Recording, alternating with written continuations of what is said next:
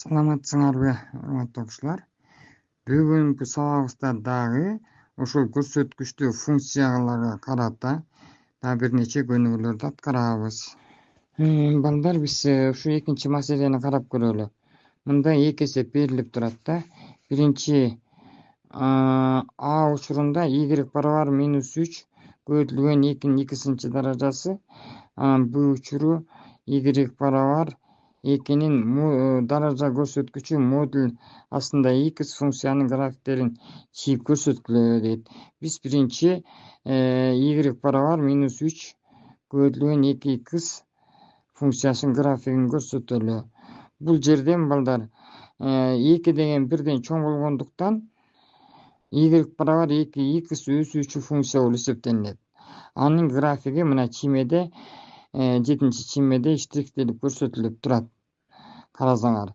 Эми биз y барабар -3 көбөйтүлгөн 2x функциясынын графиги O2 согуна карата y барабар 3 көбөйтүлгөн 2/2 даражасынын функциясынын графигине симметриялаш. Ошондуктан А дегенде биз y барабар 3 көбөйтүлгөн 2x функциясынын графигин түзөбүз. Андан кийин сага симметриялуу болгон y барабар -3 көбөйтүлгөн 2x функциясынын графигин түздүк.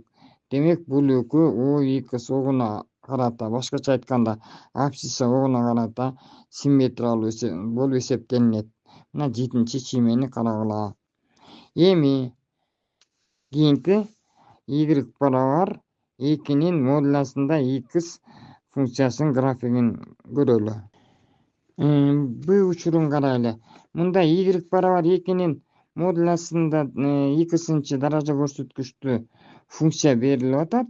Бул жерден x сөзсүз түрдө 0дөн чоң же барабар болсо, анда y барабар 2-нин x даражасы качан гана x 0дөн чоң же барабар болгон учурда y барабар 2-нин x функциясынын графиги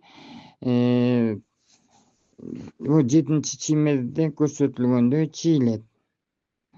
Ал эми y барабар 2-нин модуль астында x жуп функция болгондуктан анын графиги O2 огуна карата симметриялуу болот.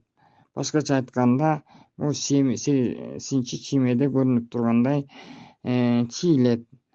Ал эми могул 3-чү маселени өзүңөр изилдөө жүргүзгүлө. Бул жерде эки көрсөткүчтүү сандар берилип турат.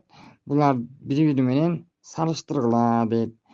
Демек чыгаруусу алдында өзүңөр изилдөө жүргүзүп койгула балдар. Ушу менен саламатта калгыла.